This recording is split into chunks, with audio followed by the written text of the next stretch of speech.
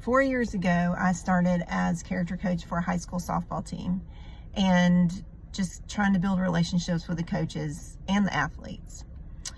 Fast forward to this past season, actually a year ago, one of the assistant coaches is now the head coach. And just by being that consistent presence from an FCA standpoint in that team's life and in those coaches' lives, I had an instant bond with her. And because she was new to a head coach and head coach for that program, she brought me in immediately. We went through the 3D coaching book together. We met weekly. We talked about not just personal, spiritual things, but how she wanted to shift the culture of her program and lead from a place of following Christ. She allowed me full access to the team, in the dugouts, every practice, anything I wanted to do to serve that team. She granted me access. It was an all-in kind of mentality. We went to FCA softball camp.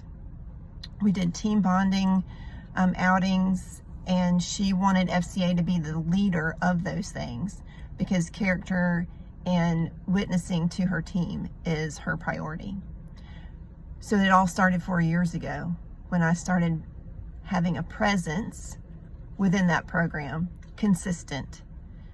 So I would encourage you to commit fully to a team, not just for a season, because when you are that consistent presence to that team for athletes and those coaches, that's when God can really use you.